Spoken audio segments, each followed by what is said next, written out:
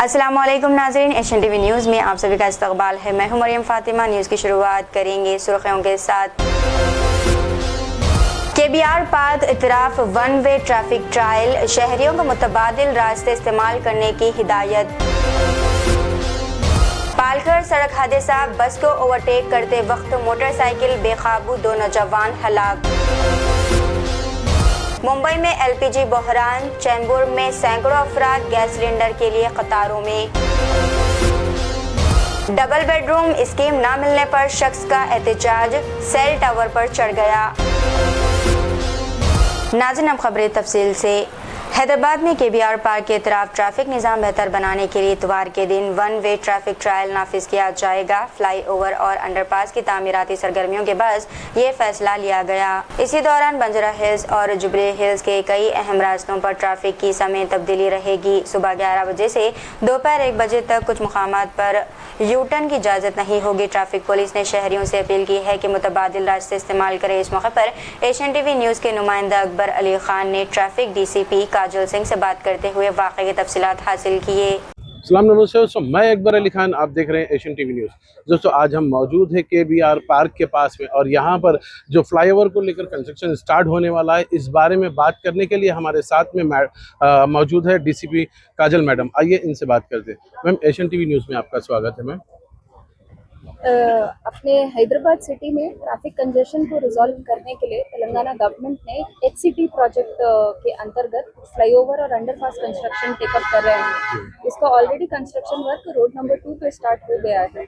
अब इस प्रोजेक्ट के समय पे अपने जो रेगुलर कम्यूटर्स हैं केबीआर पार्क के चारों तरफ, उनको कम से कम इनकन्वीनियंस हो, उसके लिए हैदराबाद ट्रैफिक पुलिस ने एक सिमुलेशन स्टडी किया कि ये केबीआर के चारों तरफ रोड को वन वे सिमुलेशन स्टडी, जिसका पॉजिटिव रिस्पॉन्ड आया।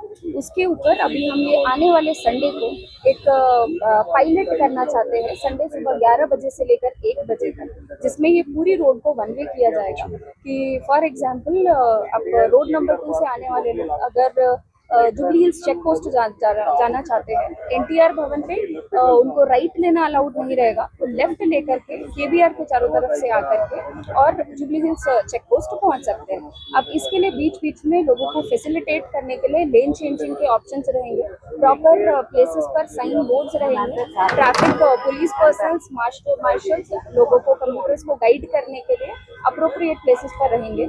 सो कम्यूटर्स से हमारी ये रिक्वेस्ट है from Hyderabad traffic police that हमारे पायलट स्टडी में हमें कोऑपरेट करिए। हमारे लोग भी आपको फैसिलिटेट करेंगे जिससे कम से कम इनकन्वीनियंस हो। अगर ये सक्सेसफुल रहता है तो लॉन्ग टर्म इम्प्लीमेंटेशन प्लान हम प्रिपेयर करेंगे। मैम, इवनिंग वक्त में जो ऑफिसेस छूटते हैं तो जो उस वक्त पे जो है क्राउड ज़्यादा होता है मैम, तो उसे किस तरीके से कंट्रोल किया जाएगा? ये अभी पायलट स्टडी हम सिर्फ संडे मॉर्निंग आवर्स में कर रहे हैं, क्योंकि अभी ये पायलट स्टडी में इनिशियली क्या क्या प्रॉब्लम्स आएंगे उसको देखते हुए हम फर्दर इवनिंग में पीक आवर्स पे जो ट्रैफिक फ्लो होता है उसके अकॉर्डिंगली प्लान करेंगे। तो अभी इसीलिए मॉर्निंग में 11 to 1 o'clock ये टाइम हमने पायलट स्टडी के लिए डिसाइड किया। ओके मैम, आप एशियन टीवी के जरिए आवाम को क्या मैसेज देना चाहेंगे मैम, पब्लिक को? लोगों से अगेन मेरी यही रिक्वेस्ट रहेगी कि ये जो पायलट स्टडी है ये कम्यूटर्स के कन्वीनियंस के लिए ही हम लोग ट्राई कर रहे हैं। सो इसमें आप लोग प्लीज कोऑपरेट करिए। ये मैसेज आप लोग सबको बताइए कि ये पायलट स्टडी के ड्यूरेशन पे हमारी तरफ से, हैदराबाद ट्रैफिक पुलिस की तरफ से proper signages, proper field support सब कुछ रहता है। अगर आप लोगों का कोऑपरेशन भी रहेगा तो हम इसको ज़्यादा अच्छे तरीके से सक्सेसफुली कंप्लीट कर पाएंगे। Okay, thank you ma'am. Thank you. DCP Kajal madam, इन्होंने एशियन टीवी के जरिए आवाम को बहुत अच्छा मैसेज दिया है। मैं अकबर अली खान, आगे की जानकारी के लिए देखते रहिए। अपोजिशन जमातों ने तेलंगाना के वज़ीर आला रेवंत रेड्डी पर इंतखाबी वादे पूरे न करने का लगाया है इल्ज़ाम। इनका कहना है कि कांग्रेस की जानिब से ऐलान करदा 6 जमानतें अब तक मुकम्मल तौर पर नाफिज नहीं हुई। खवातीन माली इमदाद, किसान स्कीमों और पेंशन के मामलात पर सवालात उठाए गए। अपोजिशन ने हुकूमत से वाज़ेह जवाब देने का मुतालिबा किया। सियासी हल्कों में इस मामले पर बहस तेज हो गई। రాష్ట్ర ముఖ్యమంత్రి అబద్ధాలలో ఆస్కారాలు వేచాడు. ఇంకా పెద్ద వర్షం కూడా ఇవ్వచ్చు. ఒక ముఖ్యమంత్రి స్థాయి వ్యక్తి ఇవాళ అంతకుముందు బీహార్ వైపు గిదే చెప్పచ్చాడు, ముంబై వైపు గిదే చెప్పచ్చాడు. బీహార్లో అక్కడ మీడియా, మహారాష్ట్రలో అక్కడ మీడియా వాస్తవాలు ఇక్కడికి వచ్చి తెలుసుకొని పోయి ముఖ్యమంత్రి గారు చెప్పేటి అన్ని అబద్ధాలే అని చెప్పి అలా రాష్ట్రం కాబట్టి ఇలా 2 రాష్ట్రాల్లో ఓడిపోవడానికి రాష్ట్ర ముఖ్యమంత్రి కారణం. బీహార్లో మహారాష్ట్రలో, హర్యానాలో కాంగ్రెస్ పార్టీ ఓడిపోవడానికి కారణం మన రాష్ట్ర ముఖ్యమంత్రి గారే. ఎందుకంటే ఈయనే స్టార్ క్యాంపెయిన్గా విన్నాడా, ఒకప్పుడు ఉపన్యాసాలు ఇచ్చినాడా, 6 గ్యారెంటీలు అమలు చేస్తాం వచ్చి చూసుకోండి అన్నారు. అప్పుడు మేం పోయినాం. కర్ణాటకలో చూడండి 6 గ్యారెంటీలు, తెలంగాణలో చూడండి గ్యారెంటీలు ఏమైనాయో, గ్యారెంటీలకే గ్యారెంటీలు లేని పరిస్థితి. చూడండి అని చెప్పినాక ప్రజలు వాస్తవాలు గ్రహించే ఇవాళ ఎక్కడ చురుకు పెట్టాలో అక్కడ చురుకు పెట్టారు. ఇవాళ కేరళలో జరిగే కూడా అదే పరిస్థితి. 2,500 రూపాయలు రాష్ట్ర ముఖ్యమంత్రి ఇచ్చిన గుండె మీద చేసుకుని చెప్పు. 2,500 రూపాయలు మహిళలకు ఇచ్చినావా? 6 గ్యారెంటీలు అది ఉంది కదా. 4,000 రూపాయలు మీరు ఆసరా పెన్షన్ ఇచ్చినావా? 6 గ్యారెంటీలు అది ఉంది కదా. తులం బంగారం ఎవరికైనా ఇచ్చినావా? నువ్వు స్కూటీలు ఎవరికైనా ఇచ్చినావా? రైతు కూలీలకు 12,000 రూపాయలు ఇచ్చినావా? కౌలు రైతులకు ఎకరానికి 15,000 రూపాయలు ఇస్తాను. మళ్ళీ ఏమంటే ఎకరానికి 12,000 ఇస్తాడా? ఎకరానికి మిల్లు ఇయ్యడిగా, మళ్ళీ ఇయ్యడిగా. నిరుద్యోగ వృద్ధి ఇస్తానవా? ఇవ్వలేదు. విద్యార్థి భరోసా కార్డు ఇస్తానవా?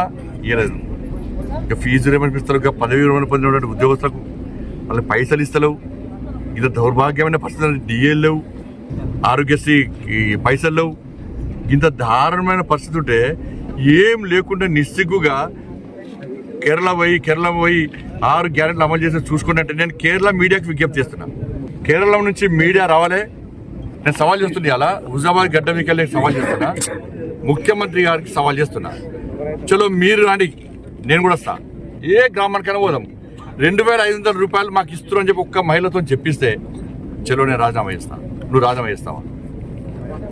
4,000 రూపాయలు ఆసరా పెన్షన్ ఇస్తున్నామని చెప్పి నువ్వు ఒప్పిస్తే నేను రాజీనామా చేస్తాను.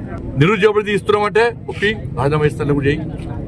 విద్యార్థి భరోసా కార్డు ఇస్తున్నామని చెప్పి ఒప్పి నేను రాజీనామా ఇస్తాను. రాజీనామా చేయి. రైతులకు నువ్వు ఇస్తాన 15,000 రూపాయలు రైతు భరోసా ఇస్తున్నట్టు ప్రూవ్ చేయి. రైతు కూలీలకు 12,000 ఇస్తున్నా చెప్పి ప్రూవ్ చేయి. రాజీనామా చేస్తాను. 6 గ్యారెంటీలు అమలు చేయాలని ప్రూవ్ చేస్తా. నేను ప్రూవ్ చేయనంటే నేను రాజీనామా చేస్తాను. నువ్వు ప్రూవ్ చేస్తావు నువ్వు लेकिन राजनामा ही।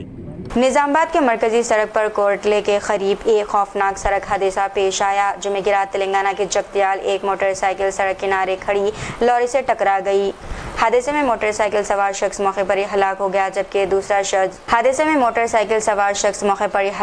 जबकि दूसरा शख्स शदीद जख्मी हो गया। मुकामी अफराद ने फौरी तौर पर एम्बुलेंस तलब करके जख्मी को अस्पताल मुंतकिल किया। पुलिस ने वाक़या दर्ज करके तहक़ीक़ात शुरू कर दी। कामारेड्डी जिले में एक शख्स ने डबल बेडरूम स्कीम का फायदा न मिलने पर एहतजाज किया। मुतासरा शख्स का कहना है कि मुस्तहिक होने के बावजूद इसका नाम फहरिस्त से खारिज कर दिया गया। एहतजाज के दौरान वो सेल टावर पर चढ़ गया, जिससे इलाके में सनसनी फैल गई। मुकामी लोगों और पुलिस ने इसे समझा बुझा कर नीचे उतारा। हुकाम ने मामले की जांच का यकीन दिलाया।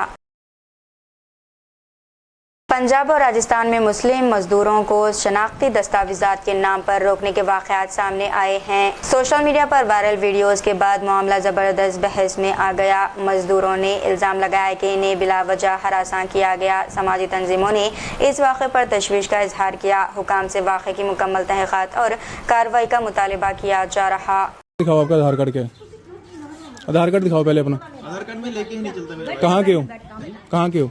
वीडियो मत बना। आधार कार्ड दो पहले अपना। आधार कहाँ के हो? बात तो सुन ले। नहीं, वीडियो मत बना मेरे भाई। हाँ? ऐसे गलत नहीं कह रहे हैं। मुझे बाजा दे दो। मुझे आधार कार्ड क्या है आपका? आधार कार्ड कहाँ के रहने वाले? कहाँ के रहने? आपका नाम क्या? आपका नाम क्या है? आपका नाम क्या है? आपका नाम होगा ना कोई? आपका नाम होगा ना कोई? नाम क्या है आपका? नाम आपका नाम क्या है? मेरा नाम है भाई इरफान नाम है मेरा। इरफान। कहाँ के रहने वाले हो? हम यूपी के हैं। यूपी कहाँ?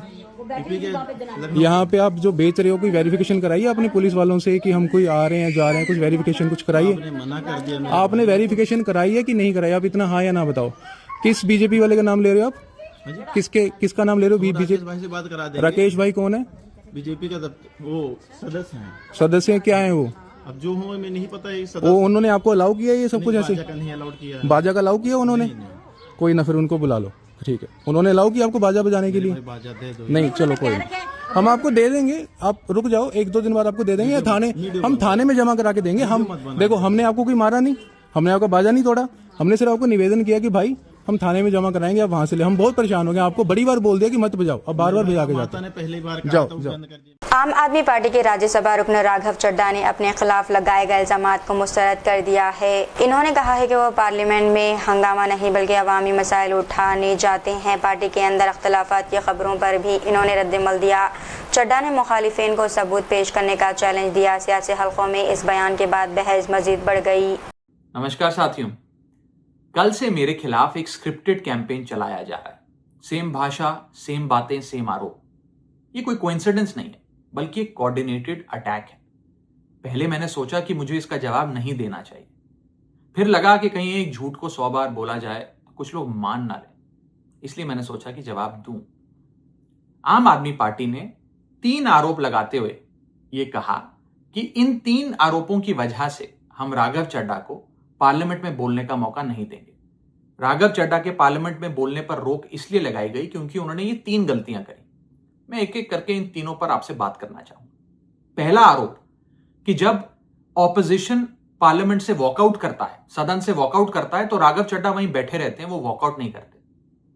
ये सरासर झूठ है, सफेद झूठ। मैं चुनौती देता हूं, एक इंस्टेंस, एक दिन ऐसा बताइए जब ऑपोजिशन ने वॉकआउट किया हो और मैंने उनका साथ ना दिया हो, मैं साथ में वॉकआउट नहीं किया हो। और पार्लियामेंट में तो हर जगह सीसीटीवी कैमरा है, आप सीसीटीवी कैमरा निकाल कर दिखा दीजिए, दूध का दूध और पानी का पानी हो जाएगा। दूसरा आरोप लगाया कि राघव चड्ढा ने चीफ इलेक्शन कमिश्नर के इंपीचमेंट मोशन पर, यानी कि मुख्य चुनाव आयुक्त को हटाने वाली जो याचिका थी, उस पर साइन करने से मना कर दी। दूसरा सफेद झूठ। ना मुझे आम आदमी पार्टी के किसी भी नेता ने इस मोशन पर साइन करने के लिए कहा, ना औपचारिक तौर पर कहा, ना अनौपचारिक तौर पर कहा। और आम आदमी पार्टी के राज्यसभा में कुल 10 सांसद हैं, जिनमें से 6 या 7 सांसदों ने इस मोशन पर खुद ही साइन नहीं किया। तो भला इसमें मेरी क्या गलती? खाली सारा दोष मुझ पर ही क्यों मढ़ा जा रहा है? और इस मोशन के लिए राज्यसभा में कुल 50 सिग्नेचर चाहिए होते हैं, यानी कि 105 विपक्षी सांसदों में से मात्र 50 सिग्नेचर से ये याचिका पूरी हो जाती। तो इतना शोर क्यों? और तीसरा आरोप जो मुझ पर लगाया गया वो ये था कि राघव चड्ढा डर गए हैं और इसलिए वो बेकार मुद्दे उठाते हैं। पहली बात मैं बता दूं कि मैं पार्लियामेंट में शोर मचाने, चीखने, चिल्लाने, माइक तोड़ने या गाली देने नहीं गया। मैं वहां पर जनता के मुद्दे उठाने गया हूं, लोगों की बात करने गया हूं। और मैंने कौन सा मुद्दा नहीं उठाया? मैंने जीएसटी से लेकर इनकम टैक्स की बात करी, पंजाब के पानी से लेकर दिल्ली की हवा का मुद्दा उठाया, हमारे सरकारी स्कूलों की हालत से लेकर कैसे पब्लिक हेल्थ केयर इंस्टीट्यूशंस को मजबूत किया जाए, इंडियन रेलवेज में जो पैसेंजर्स ट्रैवल करते हैं उनकी समस्याएं रखी, यहां तक कि मेंस्ट्रुअल हेल्थ, एक ऐसा मुद्दा जिसके बारे में लोग बात करने से कतराते हैं, वो बातें तक रखी। बेरोजगारी से लेकर महंगाई तक तमाम मुद्दे उठाए। आप मेरे 4 साल का पार्लियामेंट का ट्रैक रिकॉर्ड उठाकर देख लीजिए। और मैं पार्लियामेंट में इंपैक्ट क्रिएट करने गया हूं, मैं पार्लियामेंट में रकस क्रिएट करने नहीं गया। ये टैक्स पेयर के पैसे से जो पार्लियामेंट चलती है, उस टैक्स पेयर के मुद्दे उठाने में पार्लियामेंट में गया हूं। अंत में मैं बस इतना कहना चाहता हूं कि जो लोग आज मुझ पर आरोप लगा रहे हैं, झूठे आरोप लगा रहे हैं, कि हर झूठ को बेनकाब किया जाएगा और हर सवाल का जवाब दिया जाएगा, क्योंकि मैं घायल हूं, इसीलिए घातक हूं। जय हिंद। बीआरएस एमएलए पदी कौशिक रेड्डी मैदाराम जात्रा केस में सीआईडी के सामने हुए पेश। इन पर एहतजाज के दौरान ट्रैफिक में रुकावट डालने और पुलिस कार्रवाई में मुदाखलत का इल्जाम है। एमएलए ने तमाम इल्जामात को सियासी करार दिया। इन्होंने कहा कि इनके खिलाफ झूठा मुकदमा बनाया गया है। हुकाम ने केस की तहकीकात जारी रखने की बात कही है।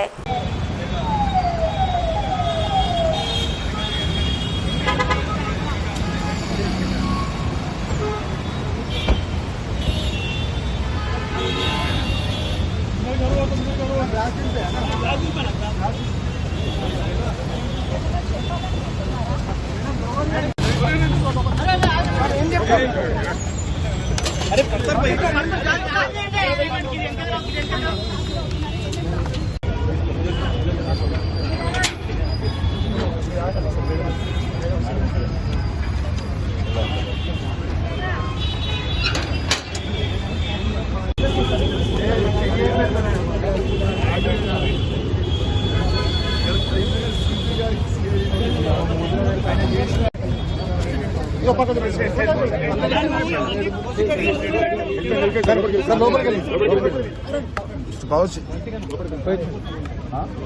మైకులు ఇంకేం పెడతారు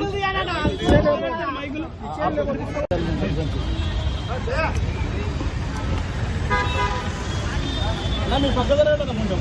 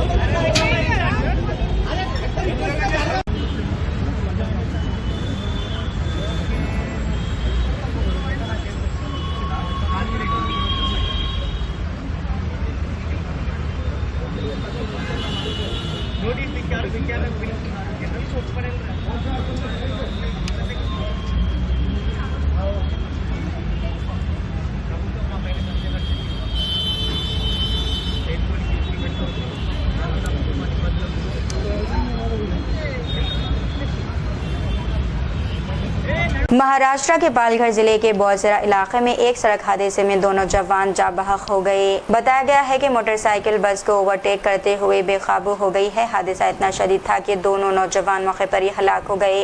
एक जख्मी नौजवान अस्पताल में जेर इलाज है। पुलिस हादसे की वजूहात मालूम करने में मसरूफ बताई गई। मुंबई के चैम्बूर इलाके में एलपीजी सिलेंडर की कमी के बाद शहरियों को मुश्किलात का सामना। लोग सुबह सवेरे से गैस एजेंसी के बाहर कतारों में खड़े नजर आए। सिस्टम खराबी और महदूद टोकन की वजह से कई अफराद को खाली हाथ वापस जाना पड़ा। घरेलू इस्तेमाल मुतासिर होने पर अवाम ने नाराजगी जाहिर की। हुकाम ने जल्द सप्लाई मामूल पर लाने की यकीन दहानी कराई है। जीएचएमसी ने शहर भर में तजावुज़ात हटाने की खुसूसी मुहिम शुरू की है। इस कार्रवाई का मकसद ट्रैफिक की रवानी बेहतर बनाना और अवामी मुकामात को महफूज बनाना है। कमिश्नर आरवी ने जामबाग और गोशामहल इलाकों का दौरा किया। हुकाम को मुनज़्ज़म अंदाज में कार्रवाई करने की हिदायत दी गई है। इंतज़ामिया ने तजावुज़ात से पाक सड़कों का अज़म दोहराया। हैदराबाद के गोशामहल इलाके में तकरीबन 200 किलो आम सीज़ किए गए। ताजिर पर इल्ज़ाम है कि इसने हद से ज़्यादा केमिकल इस्तेमाल किया। फूड सेफ्टी उसूलों की खिलाफ वर्जी सामने आई है। माहिरीन के मुताबिक ऐसे आम सेहत के लिए नुकसानदा हो सकते हैं। शहरियों को एहतियात से फल खरीदने और खाने की हिदायत की गई।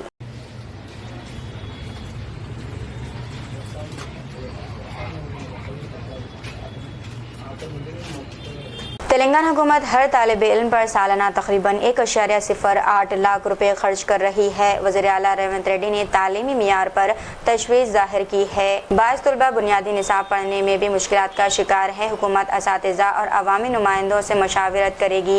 साल 2026 और 27 से सरकारी स्कूलों में नर्सरी ता UKG क्लासेस शुरू होंगी। Private school I don't know మరి ఏవిఎన్ గారు కానీ ఇక్కడ ఉన్న ప్రైవేట్ స్కూల్స్ ప్రయాణం ఒక స్టూడెంట్ మీద ఎంత ఫీజు తీసుకుంటారో నాకు తెలియదు. మేబీ 3000 4000 ఛార్జ్ చేసినా కూడా 50,000 లోపే ఒక విద్యార్థి మీద ఖర్చు అవుతుంది. కానీ నా ప్రభుత్వంలో ఒక విద్యార్థి మీద పెడుతున్న ఖర్చుని వేదిక మీద ఉన్న ప్రజాప్రతినిధులతో పాటు ఇక్కడ ఉన్న టీచర్లతో పంచుకోవాలనుకుంటున్నాను.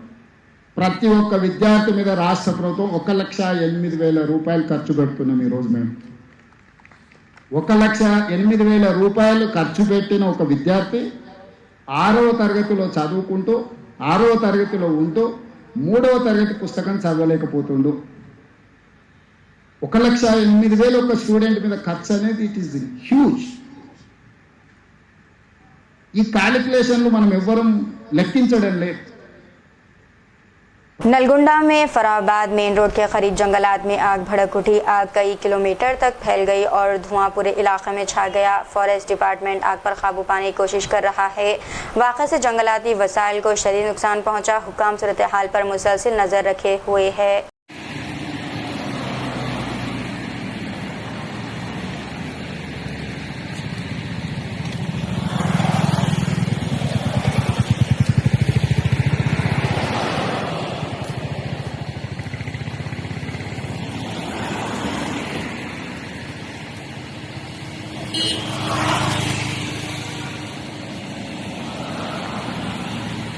न्यूज़ के अख्ताम से कबल एक नज़र सुर्खियों पर। KBR पार्क इतराफ वन वे ट्रैफिक ट्रायल, शहरियों को मुतबादिल रास्ते इस्तेमाल करने की हिदायत। पालघर सड़क हादसा, बस को ओवरटेक करते वक्त मोटरसाइकिल बेकाबू, 2 नौजवान हलाक। मुंबई में LPG बहरान, चैम्बूर में सैकड़ों अफराद गैस सिलेंडर के लिए कतारों में। डबल बेडरूम स्कीम न मिलने पर शख्स का एहतजाज, सेल टावर पर चढ़ गया। आज के खबरनामे में बस इतना ही। दीजिए इजाजत मरीम फातिमा को। मिलते हैं अगले खबरनामे के साथ। तब तक के लिए हमारे एशियन टीवी न्यूज़ को लाइक, शेयर और सब्सक्राइब करना ना भूलिएगा। खुदा हाफिज।